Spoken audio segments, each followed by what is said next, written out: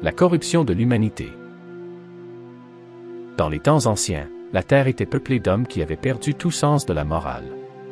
Les villes étaient envahies par la violence, l'injustice et la débauche.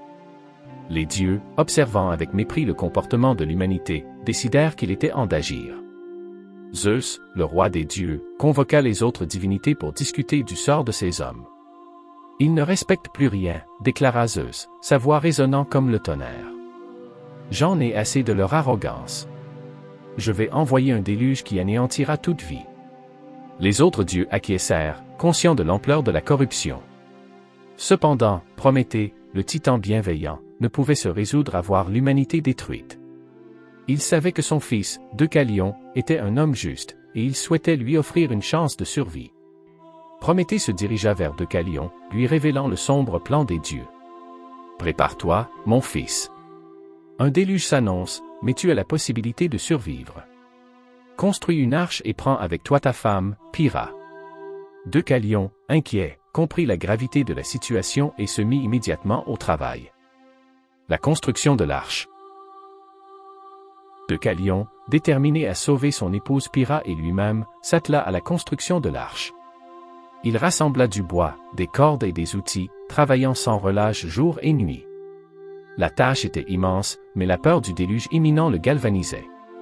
Pendant ce temps, Pyrrha, bien qu'inquiète, soutenait son mari, lui apportant de la nourriture et de l'eau, partageant ses espoirs et ses craintes. « Que ferons-nous, Deucalion, si ce déluge arrive ?» demanda-t-elle, ses yeux pleins d'inquiétude. Deucalion, après un moment de silence, lui répondit, « Nous survivrons. Nous avons l'amour et la foi. » Ensemble, ils imaginèrent un avenir où ils pourraient recommencer à zéro, loin de la corruption qui avait ravagé le monde. Alors que les jours passaient, Deucalion achevait l'arche. Elle était grande et robuste, capable de résister aux tempêtes. Mais au fond de lui, il ressentait une profonde tristesse à l'idée de voir son monde s'effondrer. Il savait que ce qu'il faisait n'était pas qu'une simple construction, mais un acte de défi face à la volonté des dieux. Le déluge commence. Alors que Deucalion et Pyrrha achevaient leur arche, le ciel commença à s'assombrir. Des nuages menaçants se rassemblèrent, et un grondement lointain se fit entendre. Les dieux, ayant décidé de passer à l'action, ouvrirent les vannes du ciel. Des torrents d'eau se déversèrent sur la terre, inondant tout sur leur passage. Deucalion et Pyrrha, à bord de leur arche, observèrent avec horreur le monde qui s'effondrait autour d'eux. Les rivières débordaient, les montagnes disparaissaient sous les flots, et les cris des hommes se mêlaient au rugissement de la tempête. « Reste près de moi, Pyrrha » murmura Deucalion, la serrant contre lui. Les eaux montaient, et ils se sentaient de plus en plus seuls, mais l'amour qu'ils éprouvaient l'un pour l'autre leur donnait la force de continuer. Ils priaient les dieux, espérant que leur sacrifice ne serait pas vain. Les jours passèrent, et l'horreur du déluge continuait, mais Deucalion ne perdait pas espoir. L'isolation dans l'arche. Les jours se transformèrent en semaines, et le monde extérieur fut englouti par les eaux. Deucalion et Pyrrha, coincés dans leur arche, se sentaient de plus en plus isolés. Ils avaient tout perdu, mais leur amour était leur seul réconfort. Ils passaient leur journée à partager des histoires, à se rappeler leurs souvenirs heureux avant le déluge, se promettant de reconstruire ensemble une nouvelle vie. « Que ferons-nous quand les eaux retomberont ?» demanda Pyrrha, son regard perdu dans l'immensité des flots. Deucalion, pensant à l'avenir, répondit, « Nous devrons repeupler la terre, retrouver l'harmonie perdue. » Alors que la solitude pesait sur eux, ils commencèrent à se demander s'ils étaient les seuls survivants. Les jours passaient lentement, chaque vague résonnant comme un rappel de la catastrophe qui les avait frappés. Mais ils restaient déterminés à survivre, à faire face à ce qui viendrait après le déluge. Le silence des eaux. Finalement, après plusieurs semaines de tempête, les pluies commencèrent à diminuer. Les eaux, autrefois tumultueuses, commencèrent à se retirer lentement, révélant des terres dévastées.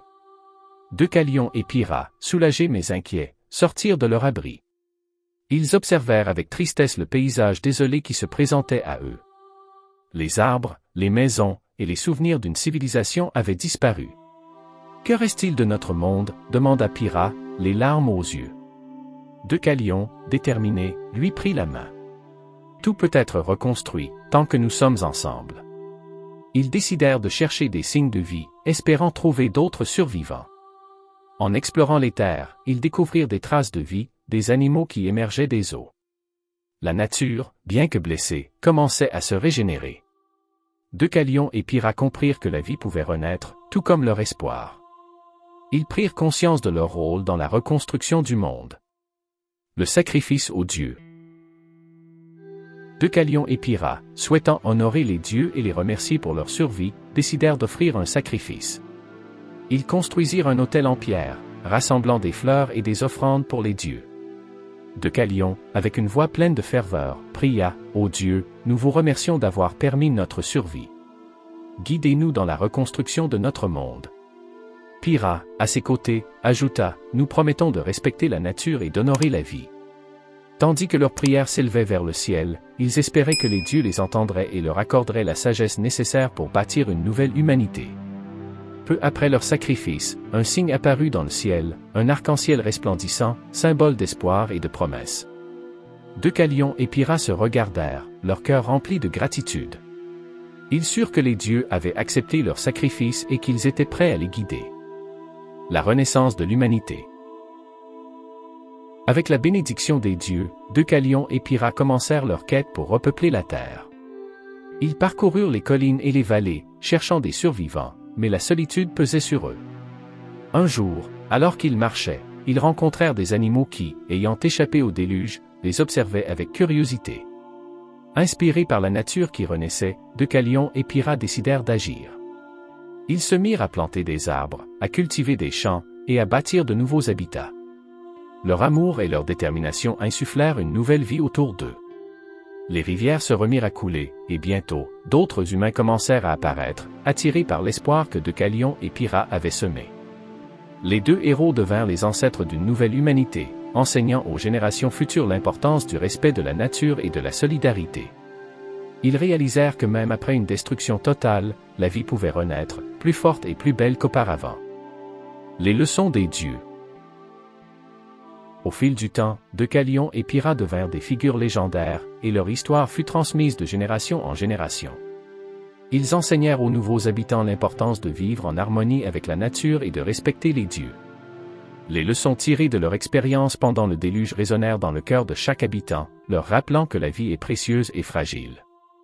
Les rituels de gratitude envers les dieux furent institués, et chaque année, les habitants se rassemblaient pour célébrer la renaissance de la terre. Deucalion et Pyrrha, en tant que leaders sages, guidèrent leur communauté avec amour et respect, veillant à ce que les erreurs du passé ne soient jamais répétées. Un jour, alors qu'ils regardaient le coucher de soleil ensemble, Deucalion se tourna vers Pyrrha et dit, « Nous avons survécu à l'épreuve la plus difficile, et maintenant, nous avons la chance de bâtir un avenir meilleur. » Pyrrha acquiesça, le cœur rempli de gratitude pour leur vie ensemble. Le lien avec les dieux. Alors que les années passaient, Deucalion et Pyrrha continuèrent d'honorer les dieux, et leur lien avec le divin se renforça. Ils comprirent que la clé de leur succès résidait dans le respect des forces supérieures et l'acceptation de leur mortalité. Les dieux, reconnaissant leur dévotion, leur envoyèrent souvent des signes de bénédiction. Un jour, alors qu'ils célébraient un festival en l'honneur de la nature, une lumière brillante apparut dans le ciel, et une voix mystérieuse leur parla, « Deucalion, Pyrrha, vous avez prouvé que l'amour et la foi peuvent triompher des ténèbres. Votre histoire vivra à jamais. » Deucalion et Pyrrha, émerveillés, réalisèrent que leur vie avait un sens plus grand que ce qu'ils avaient imaginé. Leur amour était devenu une légende, une source d'inspiration pour les générations futures. Ils comprirent que leur quête pour la survie avait également été une quête de sagesse et de compréhension. L'héritage de Deucalion. En fin de compte, Deucalion et Pyrrha laissèrent derrière eux un héritage riche et profond. Leur histoire devint une légende, un symbole d'espoir et de résilience face à l'adversité. Les générations futures se souvenaient d'eux comme des ancêtres qui avaient défié les dieux, non pas par rébellion, mais par amour et dévotion. Ils avaient appris à vivre en harmonie avec la nature, à respecter les dieux et à chérir la vie. La communauté prospéra, et les rituels en leur honneur se perpétuèrent à travers les âges. Deucalion et Pyrrha devinrent des figures mythologiques, incarnant le courage, l'amour et la renaissance. Alors qu'ils prenaient un moment pour contempler la vie qu'ils avaient bâtie, Deucalion et Pyrrha se regardèrent avec tendresse. Ils savaient que leur amour avait triomphé des épreuves les plus sombres et que leur histoire serait racontée encore et encore, inspirant les âmes à croire en un avenir meilleur.